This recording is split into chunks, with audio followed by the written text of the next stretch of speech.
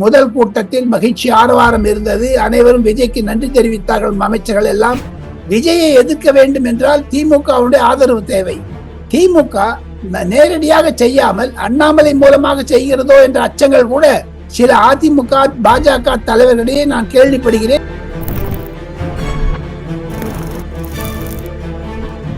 இன்னைக்கு பாருங்க, ஒரு கோயின்சிடென்டலா ரஜினிகாந்துடைய மனைவி லதா ரஜினிகாந்த் கூட இன்னைக்கு ஒரு ஒரு அமைப்பை ஏற்படுத்தியிருக்காங்க. அண்ணாமலை நரேந்திர மோடியை ஆதரிக்கிறாரா விரோதிக்கிறாரா?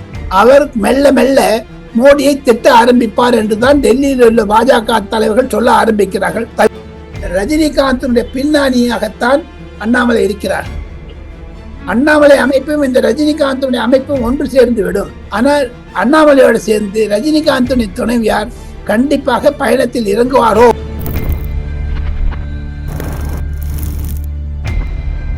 அரசியல் ரீதியாக ஷீட்டி நிர்மல்குமார் அண்ணாமலை விட மாட்டார்மா எந்த காலத்திலையும்.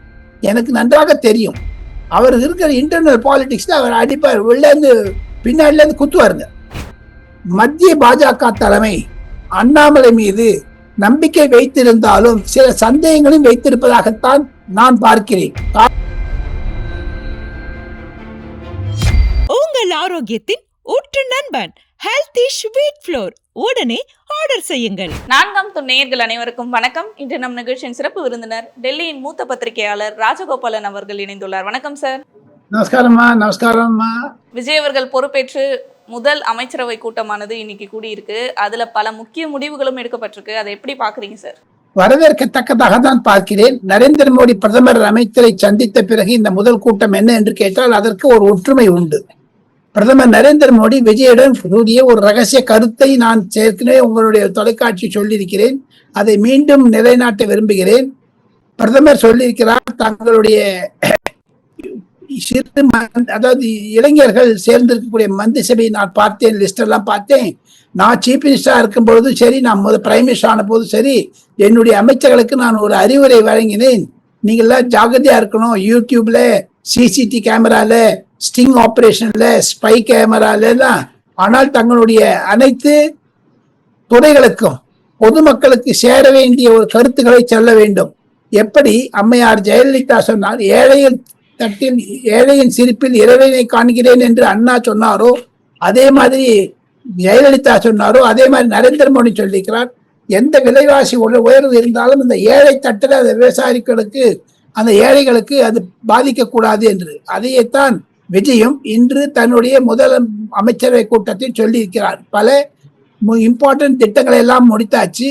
ஜூன் 18ஆம் தேதி தமிழக சட்டமன்றம் பட்ஜெட் தொடருக்கு கூட இருக்கிறது என்றும், ஒயிட் பேப்பர், அதாவது தமிழ்நாட்டினுடைய நிதிநிலை அறிக்கையில் என்னென்ன கோளாறுகள் இருந்ததை நான் ஒயிட் பேப்பர் தருவேன் என்று அறிவித்தாரோ சென்ற மாதம், அது தயாராகி கொண்டிருக்கிறது.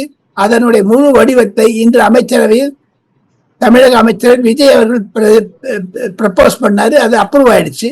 சில முக்கிய திட்டங்கள், பொதுமக்களுடைய திட்டங்களுக்காகவும் சரி, பஸ்ஸுகளுக்காகவும் சரி, தாங்கள் கொடுத்த வாக்குறுதிகள் அனைத்தையும் எப்படி அமல்படுத்த வேண்டியது என்று அதிகாரிகளுக்கு ஆணையிடும் அளவிற்கு மந்திரி சபையினுடைய கூட்டம் அமைந்ததாகத்தான் நான் கேள்விப்படுகிறேன். அதனுடைய செய்தி குறிப்பும் தெரிகிறது. சில அதிகாரிகள் அந்த கூட்டத்தில் அமர்ந்திருந்தவர்கள் கூட, சீஃப் செக்ரட்டரி உள்பட அந்தந்த அமைச்சரவை செயலாளர்கள் இருந்தார்கள். அவர்களும் பகிர்ந்து கொண்டார்கள். முதல் கூட்டத்தில் மகிழ்ச்சி ஆரவாரம் இருந்தது. அனைவரும் விஜய்க்கு நன்றி தெரிவித்தார்கள். அமைச்சர்கள் எல்லாம் ஷீட்டி நிர்மல்குமாருக்கு அந்த கூட்டம் ஆத்தரைஸ் பண்ணிட்டு நிருபர்களிடம் பேசலாம் என்று.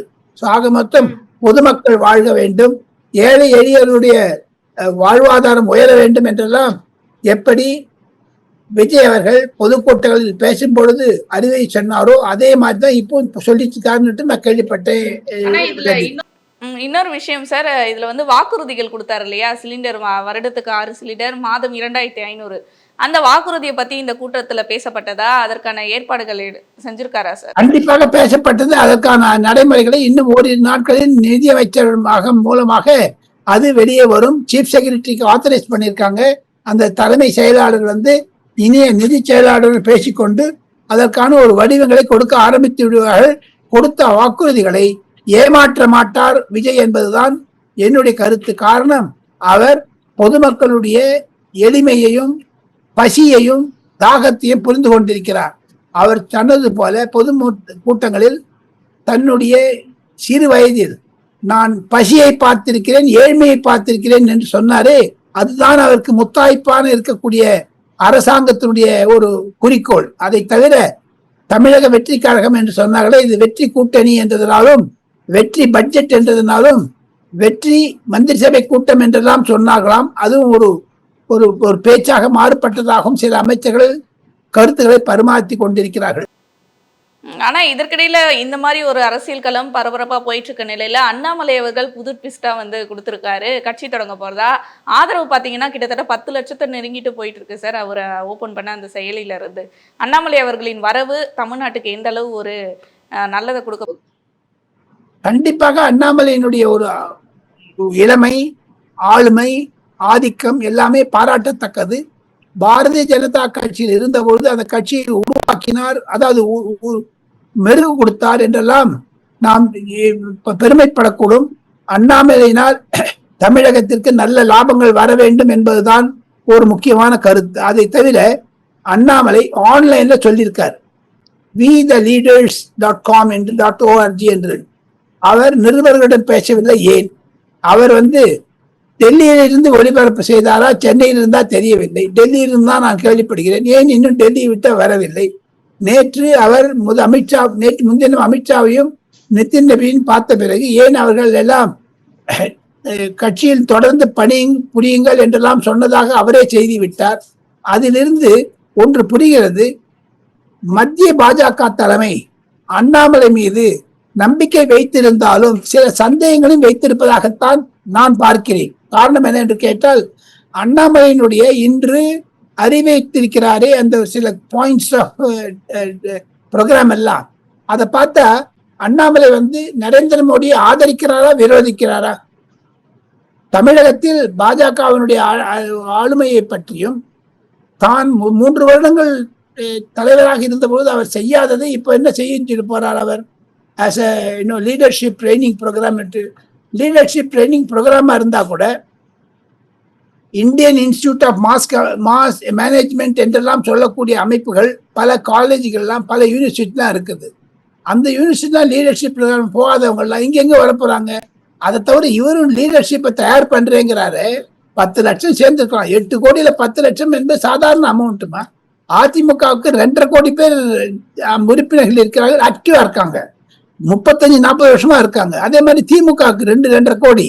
அவங்களுக்கெல்லாம் எதிர்த்து இவர் அரசியல் பண்ண வேண்டும் என்றால் தங்களுடைய தொலைக்காட்சி மூலமாக, லலிதா மூலமாக சொல்லிக் கொள்வது, அண்ணாமலை அவர்கள் இந்திய, அதாவது NDA நேஷனல் டெமோக்ராட்டிக் அலையன்ஸுக்கு ஆதரித்து பேசுவாரா, எதிர்த்து பேசுவாரா? மோடிக்கு எதிர்த்து பேசினால்தான் தமிழகத்தில் அரசியல் இடம் கிடைக்கும். அவர் மெல்ல மெல்ல மோடியை திட்ட ஆரம்பிப்பார் என்றுதான் டெல்லியில் உள்ள பாஜக தலைவர்கள் சொல்ல ஆரம்பிக்கிறார்கள். தவிர ஒன்னு சொல்றேன், அப்துல் கலாம் பேர் எடுத்திருந்தாரு, பாரதியார் பேர்லாம் எடுத்திருந்தாரு. அப்துல் கலாம் மேல ஒரு இன்ஸ்டியூட் வைக்க போற எல்லாம் சொன்னாரு, வரவேற்கத்தக்கது, யாரும் இல்லைன்னு சொல்லல. அதே சமயத்துல அவருக்கு இருக்கக்கூடிய ஒரு தாபங்களை எல்லாம் பாருங்க. CT நிர்மல்குமார் என்பவர் இவருடைய தயாரிப்பில் தான் வந்தவர். அவர் இப்பொழுது விஜய் அமைச்சரவையில் மந்திரியாக இருக்கிறார். பாஜகவில் IT விங்கில் இருந்தார். அவரெல்லாம் தேர்த்தி அனுப்பிச்சிட்டாரு அண்ணாமலை. அதே மாதிரி பல தலைவர்கள், 7-8 தலைவர்கள் பேரெல்லாம் சொல்ல ஆசைப்படவில்லை, குறிப்பிட்ட சமுதாயத்தினரையும் தள்ளிவிட்டார். அவருக்கு என்ன? அவர் நடுவே வந்தால் அவர்கள் எல்லாம் பதவிக்கு உயர்பெற்று வருவார்களோ என்ற ஒரு அச்சம் இருந்ததா அவருக்கு தெரியவில்லை. ஆக மொத்தம் CT நிர்மல்குமார் இன்று தலைவராகிவிட்டார். முதல்ல பாஜகவிலிருந்து ADMK போனார், ADMKல இருந்து TVK போனார், அங்க மந்திரி ஆயிட்டாரு. இவரோட கூட இருந்தவர் தான். இவரோட கூட இருந்தவர் செந்தில் என்பவர் திருவள்ளூர்ல இருந்து காங்கிரஸ் MP ஆயிட்டாரு. இவருடன் இருந்தவர் தான் அருண்ராஜ், இந்தியன் ரெவென்யூ சர்வீஸ்ல ஆபீசரா இருந்தாரு. அதே ஒரு படிப்பு படிச்சாரு. அவர் என்ன மந்திரி ஆயிட்டாரு. ஆக மொத்தம் தன்னுடைய சமைப்பில் இருக்கக்கூடியவர்களாம் மந்திரி ஆனது. இவருக்கும் ஒரு சலசலப்பு வந்து விட்டது. இருப்பினும் இவர் கொஞ்சம் கொஞ்சமா பாத்தீங்கன்னா, என்னை பொறுத்த மட்டும் பொதுமக்கள் சேவை என்றால் நடைபயணம் செய்ய வேண்டும், பயிற்சி வேண்டும், நல்லது கெட்டதுக்கெல்லாம் இறப்பு பிறப்புக்கெல்லாம் போக வேண்டும். அந்த மாதிரி சமயத்திலாம் பண்ணாத. ஆன்லைன்ல கிளாஸ் எடுக்கிறேன், நீங்களும் நானும் சேர்ந்துட்டு நம்பர் காமிச்சா என்ன பிரயோஜனமா? பொலிட்டிக்கலா என்ன பண்ண முடியும்?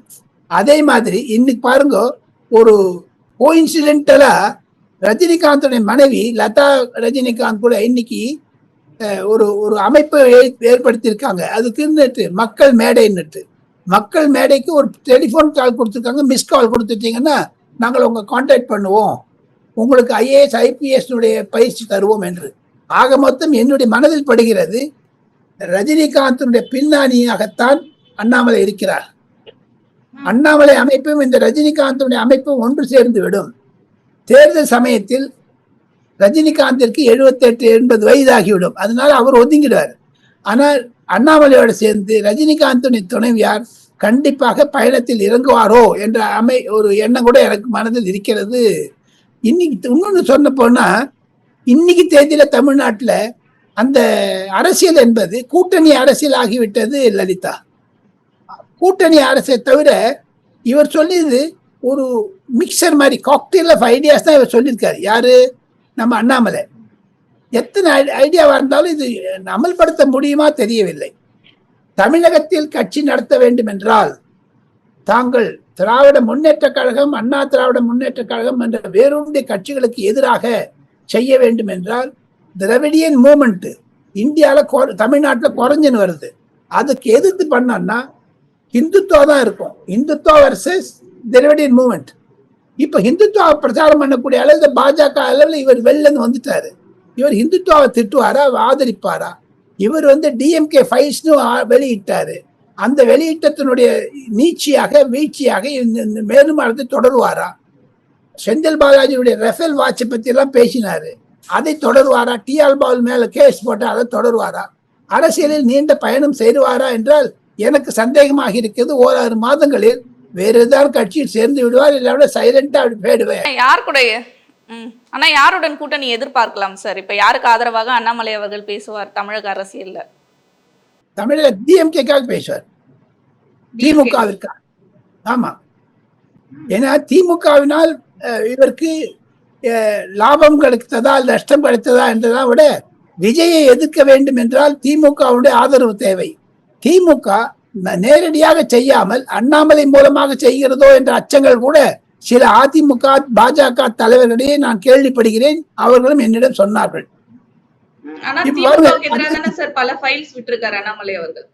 ஏன் சைலண்ட் ஆயிட்டாரு?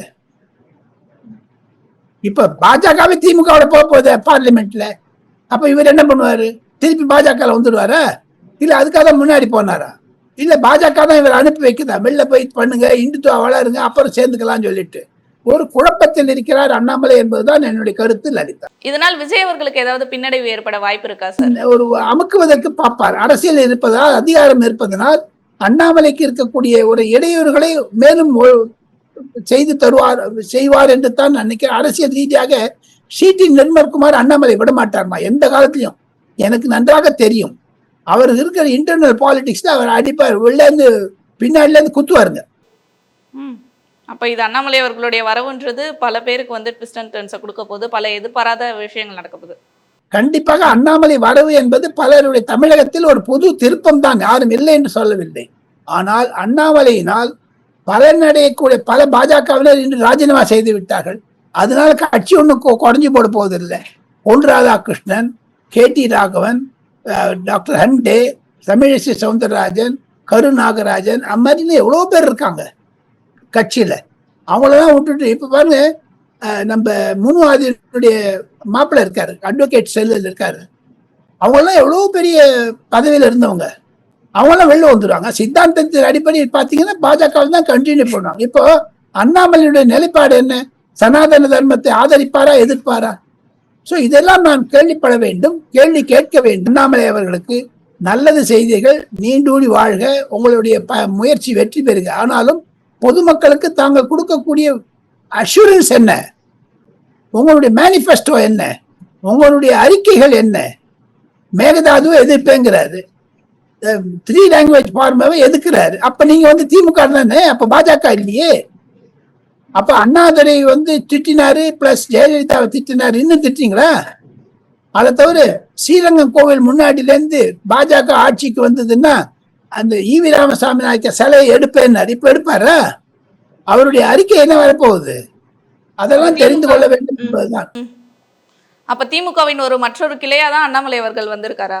எப்படி திமுக டிவிகே அரசாங்கத்தை நாங்கள் தான் நடத்துகிறோம் என்று சொல்லுகிறாரோ, அதே மாதிரி திமுக தான் மறைமுகமாக அண்ணாமலைக்கு சப்போர்ட் பண்ணுகிறதோ என்ற அச்சம் பல ஆங்கில தொலைக்காட்சிகளில் பல நிபுணர்கள் தெரிவித்ததுதான் தமிழாக்கமாக தங்களுடைய நேயர்களிடம் நான் பகிர்ந்து கொள்கிறேன் லலிதா.